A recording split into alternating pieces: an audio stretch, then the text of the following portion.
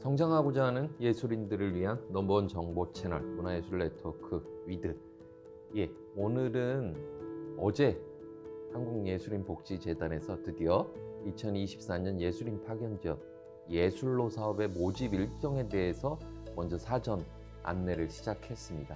그런데 보니까요, 내용을 좀 보니까 올해 이제 좀 바뀌어 변동되는 게 있고요. 그리고 여러분들이 이게 아직 그 모집 일정만 사전 안내기 때문에 어떻게 뭘 준비해야 될지 잘 모르실 것 같은데, 그래서 이 과거 사례를 보고 이제 준비하면 이제 여러분이 받으실 수 있다라는 제목으로 한번 소통을 해보려고 합니다. 지금 이제 공고가 모집 일정 사전 안내가 올라왔고요. 내용들을 한번 같이 좀 보도록 하겠습니다.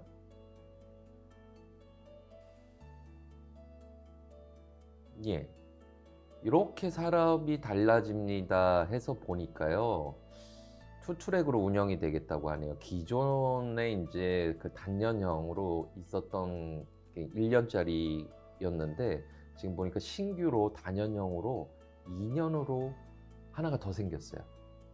지금 그러니까 두 개가 있는 겁니다. 뒤에서 조금 더 설명드리겠습니다. 그래서 이 단연형 같은 경우 이제 활동비 보통 보면 리더 예술인이 6개월 동안 960만 원, 참여 예술인이 총 840만 원. 그러니까 두 달에 한 번씩 줍니다. 활동 기간 6개월. 그래서 24년에 이렇게 5월, 10월 하고요. 25년에 이렇게 먼저 이게 기간이 아마 5월, 10월이 너무 늦다 이런 얘기들이 계속 많았거든요. 그러다 보니까 25년에는 3월, 5월 중 선택하여 이제 6개월 활동 진행하는 것들을 계획한 것 같습니다. 그래서 이 팀 구성 요건은 기업이나 기관 한 곳, 리더 예술인 1명, 참여 예술인 2명에서 6명 이하로 구성을 해서 이렇게 예술 분야가 혼합돼서 구성이 되는 것을 필수로 이렇게 잡고 있네요. 물론 이 사업은요, 이 예술 활동 증명이 반드시 있어야 되고 이 활동 구분에 의해서 예술 분야가 혼합이 돼야 된다는 것을 여기서 좀 얘기하고 있습니다. 그래서 사전 활동 기간을 확대하고 4월 1일 활동 시작을 해서 조금 변동 사항 중에 눈에 띄는 게 있네요. 이게 그 최초 참여자에 대한 가산점이 올해는 5점입니다. 굉장히 크니까 이 부분에서 봤을 때 최초 참여하는 참여자의 선정 확률이 좀 많이 높아질 것 같습니다. 그다음에 지금 그 플랫폼 들어가 보니까요, 이 개선을 하고 있는 것 같아요. 그래서 그런 양식 간소화하고 아카이빙 기능 가능화하고, 여기 또 한번 주목할 게 그 예술인의 역량 및 기업기관 활동 여건들의 기준을 명확하게 좀, 이 두리뭉실했던 걸 명확하게 하겠다는 게 있습니다. 그래서 시스템 지금 들어가 보니까 기능 개선 중이고요. 일정 보시면 지금 그러면 사업이 총 3개인데요. 이걸 좀 이해를 하셔야 됩니다. 지역사업은요, 지금 지역의 문화재단을 뽑고 있어요. 지금 22일까지 뽑고 있는데 그 신청한 문화재단이 선정이 되면 선정된 지역은 그 문화재단이 예술인을 뽑고 기업 기관을 뽑아서 알아서 운영을 하는 겁니다. 그리고 기획사업은요, 투 트랙으로 간다 그랬죠. 24년형과 24, 25년형으로 두 개를 지원할 수 있는 거고 전 지역이고, 요것은 기획을 해야 된다는 의미입니다. 예술인과 기업 기관이 기획을 해서 내는 거고요. 자, 세 번째, 협업사업. 요건 기업 기관 먼저 뽑고요. 리더 예술인 따로 뽑고요. 참여 예술인 별도로 뽑습니다.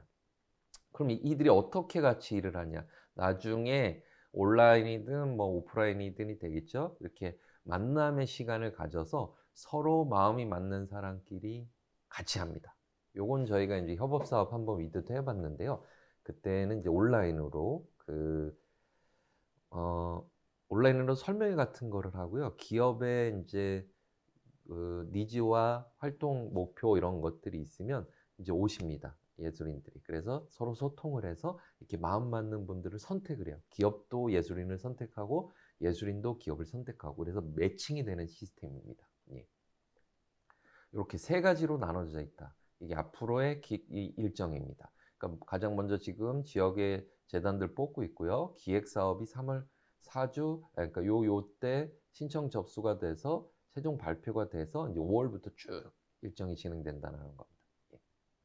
자, 여기 주목하셔야 될 건 이렇게 사업별 협업 뭐 리더 뭐 이런 게 중복은 가능해요. 여기가 다 중복은 가능한데 뭐 하나가 선정이 되면 하나만 사업에 참여를 해야 되는 이건 당연하겠죠. 예.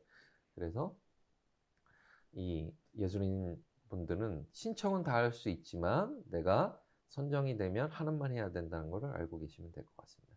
자, 가장 중요한 거. 이 사업은요, 신청을 위해서는 신청서 최종 제출일 기준으로 내가 신청하는 그 신청서 최종 제출일을 기준으로 예술활동 증명이 유효한 상태여야 합니다. 예. 그러니까 내가 예술인 활동 증명이 반드시 있어야 되고요. 그 예술인 활동 증명이 내가 오늘 신청하면 오늘 신청한 날 기준으로 그 활동이 유효한 상황이어야 돼. 그 예술인 활동 증명안에 인증 기간이 있죠. 그걸 말하는 겁니다. 예. 뭐 절차는 요 시스템에서 복지재단 시스템에서 접수를 하고 확인을 하고 거기서 활동도 하고 뭐 활동사항 업로드도 하고 다 여기서 이루어집니다. 예. 그러면 이제 핵심적으로 중요한 사항 이제 일정만 나온 거기 때문에 여러분 미리 준비를 뭘 해야 될까 궁금하실 텐데 지금 하실 것들은 이런 겁니다.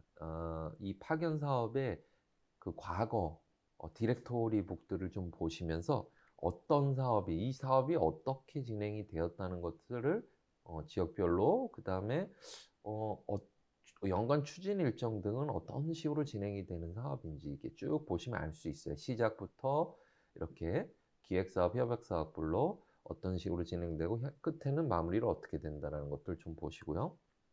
자, 제일 중요한 것은 선정되었던 팀들의 예술인들이 모여서 해결하고자 하려고 했던 이슈, 활동 성과에 대해서 한번 쭉 보십시오.